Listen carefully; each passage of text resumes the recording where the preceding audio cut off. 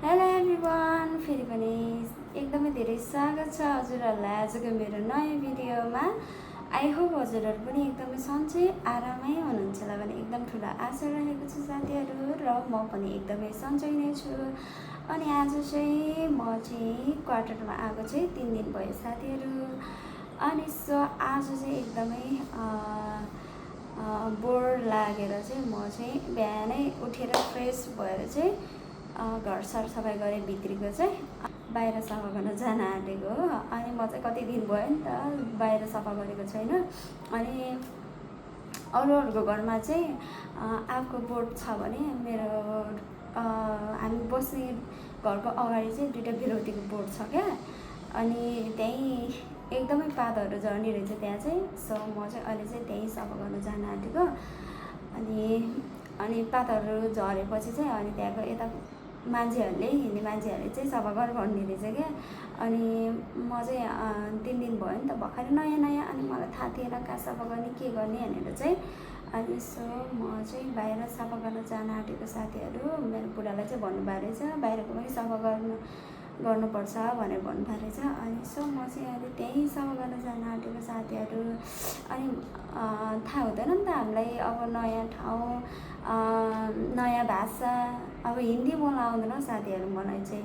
अब यतापट्टि छिमेकी पनि इन्डियनै छ, यता पनि इन्डियनै छ। अनि नेपाली दिदीबहिनीहरू चाहिँ उतापट्टि हुनुहुन्छ क्या। अनि जे होस् 5-10 मिनट लाग्छ उतै हुनुहुन्छ क्या।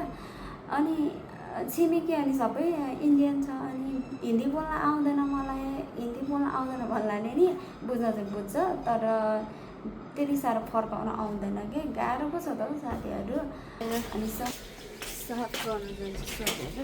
अहिले चाहिँ घाम लागिसकेको छ। अहिले चाहिँ यहाँ चाहिँ रहेको छ मेरो करेसाबारी। सानो छ हो, यहाँदेखिबाट चाहिँ यहाँसम्म छ धेरै। अब यहाँ चाहिँ लसुनहरू लगाउने त्यसो गर्नुपर्छ। यहाँ चाहिँ पहिला सुरु चाहिँ यहाँ साफ गर्नुपर्यो। यो चाहिँ यहाँ चाहिँ बेलौतीको रुख रहेछ।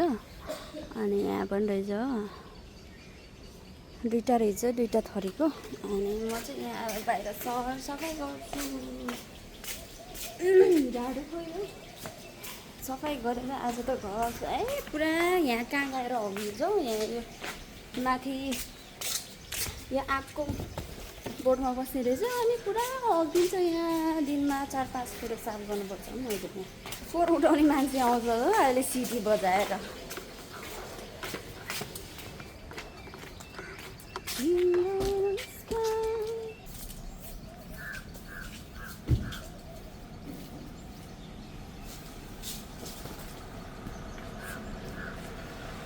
यहाँ चाहिँ फलफुलहरू धेरै भएको रहेछ साथीहरू। यति धेरै कहाँ चराहरू आउँछ अनि घरभरि पुरा फोहोर गरिदिन्छ क्या। अनि बिहानभरि दिनभरि सरसफाइ गर्दै ढुक्क लाग्छ हो साथीहरू। गर्नुपर्छ आज चाहिँ पुरा त्यो लसुनहरू साग लगाउनुपर्छ यहाँतिर चाहिँ। यहाँ चाहिँ पहिल्यै भेन्डी लगाएर राखेको रहेछ। अनि हामी आउनुभन्दा अगाडिको मान्छेलाई चाहिँ। अनि भेन्डी मात्रै रहेछ यहाँ, अरू त सब झारेर रहेछ। म चाहिँ सोचिरहेको थिएँ यो सानो चाहिँ खुर्सानी होला भनेर सोचिरहेको थिएँ, त होइन रहेछ हो। अनि अहिले बनाएर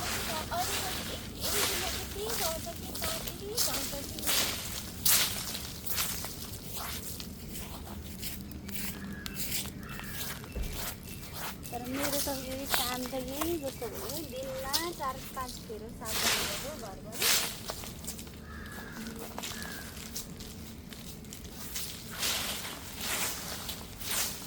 नेपाली दिदीबहिनीहरू चाहिँ 4-5 जना छन् उतातिर छ कि। मेरो चाहिँ यतापट्टि सबै इन्डियन छ। त्यति साह्रो बोल्दैन, मलाई हिन्दी पनि आउँदैन। अनि यसो खेल्न पऱ्यो भने चाहिँ उतै जान्छु म। कहिले गर्छु अब दिनभरि यस्तै हो, यही साफ गर्ने।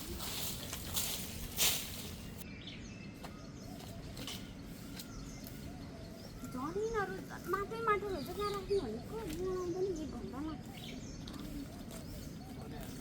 कहाँ बाटो सबै छ यहाँ आउँछ। बरु यो चाहिँ यतापट्टि तेल लगेर जलाइदिन्छु नि। चप्पलहरू पनि रहेछ यहाँ।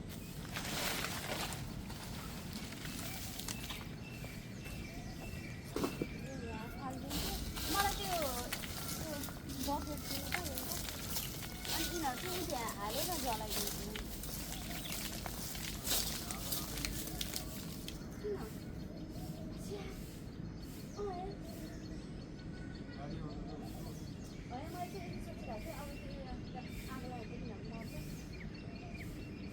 जलाइदिनु नि त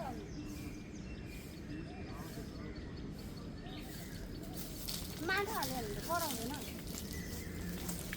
माटो माटो छ यहाँ।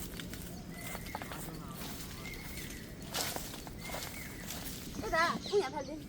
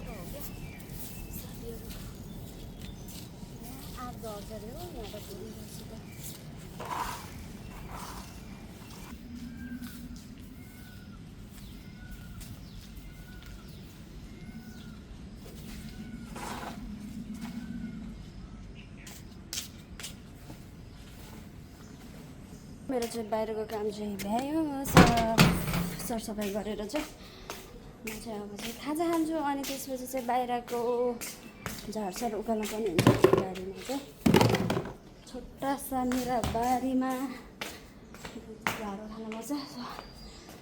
खाजा हाल्नु भएको र तपाईँले हाल्नु भएको छैन कस्तो गर्ने हुने भाइ एकैछिनमा तपाईँले चाहनुभयो यो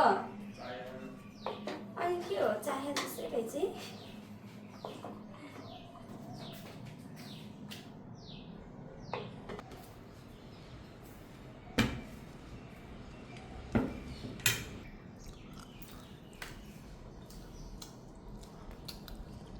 मेरो क्यामेराम्यान ठिक छैन।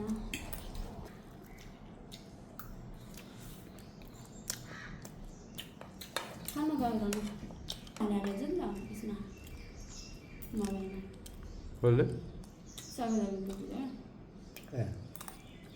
हामी अरू राम्रो खालको हाल्नुपर्छ कि हाल्नु त्यतिकै भनेर खानु।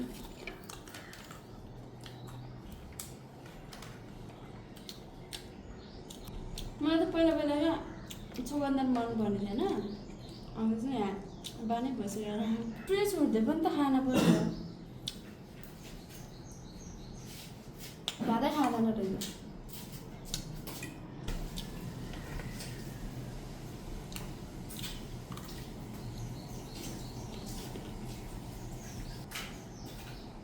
अझ त 1 बजीतिरै हो आउनु त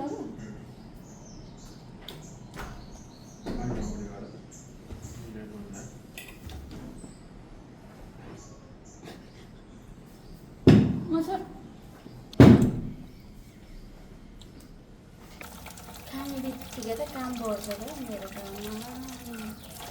चाहिँ बुढा चाहिँ अलि ड्युटी सकेर आउनुहुन्छ 12-1 बजीतिर आउनुहुन्छ अनि खाना खाँदा त त्यही हो 1:30-2 भइदिन्छ हौ कहिले त अनि खाजा खाने टाइममा खाना खाइदिन्छ यहाँ हाम्रो चाहिँ।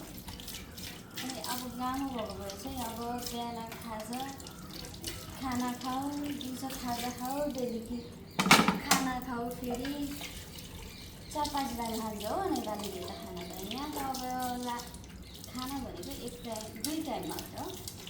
अब बेलुकी त खानै पऱ्यो जसरी पनि। अब दिउँसो चाहिँ अब 2 बजीतिर खाइन्छ खाना चाहिँ। अनि त्यसपछि खाजा त खान पाइँदैन जे होस्। अनि यहाँ चाहिँ त्यस्तो रहेछ। अनि अब दिउँसो 2 बजीतिर खाजा खाएपछि त अनि के खाजा खानु त अनि दिउँसो चाहिँ। साथीहरू मेरो चाहिँ यस्तै हुन्छ काम, दिनमा काम।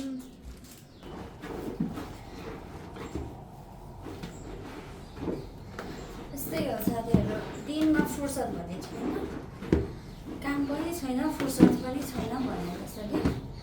फुर्सद पनि हुँदैन क्या, दिनभरि घर सरसफाइ गरेर लुगाफाटा धौ, भाँडाकुँडा धौ, यस्तै गरेर दिन बित्छ मेरो। उहाँ दिदीहरूले पनि बोलाउनुहुन्छ क्या मलाई। अनि किन खेल्न आउनु पर्छ नि, दिनभरि के गरेर बस्छ भन्नुहुन्छ क्या। अनि दिनमा यस्तै हुन्छ काम। कपडा नि फेरि धेरै नै हुँदैन। अनि यति एउटा लगाएको, आज लौ धौ, भोलि लौ धौ गरेर मलाई चाहिँ यस्तो कपडाहरू फाटाएर चाहिँ राख्न मन लाग्दैन कि। अनि बरु लाएर धोइ हाल्नुपर्छ। अनि दिदीहरूले नि बोलाउनुहुन्छ। बेलुकी चाहिँ जान्छौँ हामी, वकिङ गर्न जान्छौँ दिदीहरूसँग। तर लाग्छ मजाले टोक्छ क्या। अनि त्यही भएर मलाई हिँड्न नि मन लाग्दैन हौ, मजाले टोक्छ। अनि कि त हिँडिरह्यो मात्र। अनि त्यहाँ पार्कतिर खेल्न जान्छौँ। अनि त्यहाँ बसी त मजाले टोक्छ। नानीहरू छ, सानो नानीहरू छ। बेलुकी चाहिँ रमाइलो हुन्छ जे होस्। चाहिँ एकदमै खुल्ला शान्तमुक्त वातावरण हुन्छ, त्यही भएर रमाइलो लाग्छ। म भ्यायो भने चाहिँ जान्छु, नभए जाँदिनँ कि। अनि के गरेर बस्छ भन्छ, दिउँसो त कहिले त सुतिदिन्छ हो।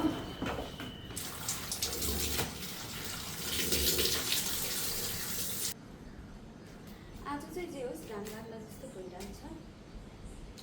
आमा रङ सर्दैछ नि, मार्ने भयो मलाई सेतो कपडामा त। म्याक्सीको हो कि रातोको कलर लागेछ।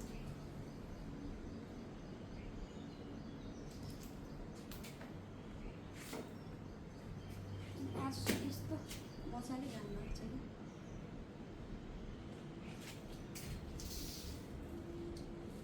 धन्न साथीहरू लुगा सुकाउनु चाहिँ यहाँ बनाएछ। नत्र यहाँ टाँगेको भएछ। यहाँ पुरा त्यो चराको बुल लाग्थ्यो यहाँ पुरा बसालेर। नयाँ कुचोलाई चाहिँ यसरी मार्नु पर्ने रहेछ साथीहरू। यहाँ चाहिँ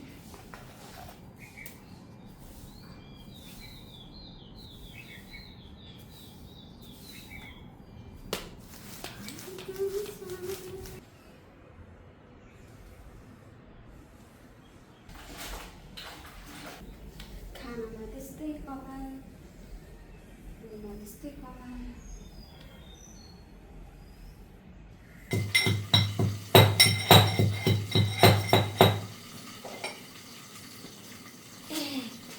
दाइ होला अनि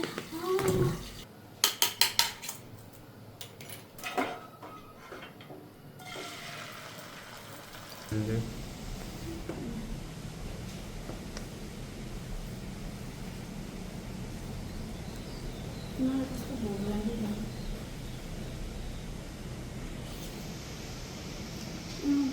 दामी भएछ।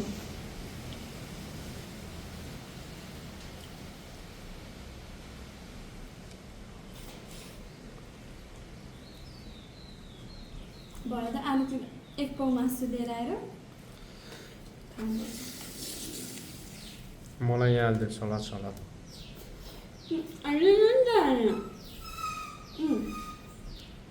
त्यही बस्नु नि केही हुँदैन क्या देख्दैन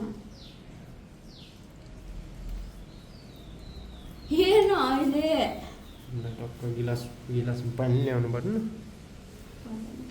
खोइ त पानी छैन रहेछ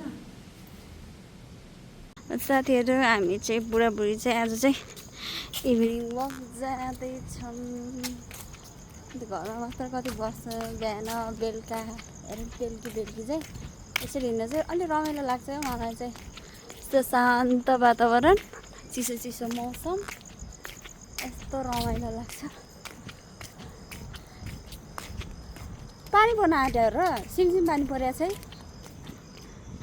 यहाँ चाहिँ नानीहरू खेल्ने त्यो छ यहीँ हो कि हिजो अस्ति आएको चाहिँ हामी यहाँ फन पार्क नानीहरू खेल्न मिल्छ यहाँ गाई गोरु पनि दिनभरि चर्छ हो हिजो त कति धेरै थियो यहाँ त घाँस कस्तो मजाले उम्रिन्छ क्या यहाँ त होइन स्कुटर आउँदैछ साथीहरू मेरो नयाँ स्कुटर नयाँ चाहिँ होइन सेकेन्ड ह्यान्डको दामी आउँदैछ आइज ए तैँले हिन्दी बुझ्छ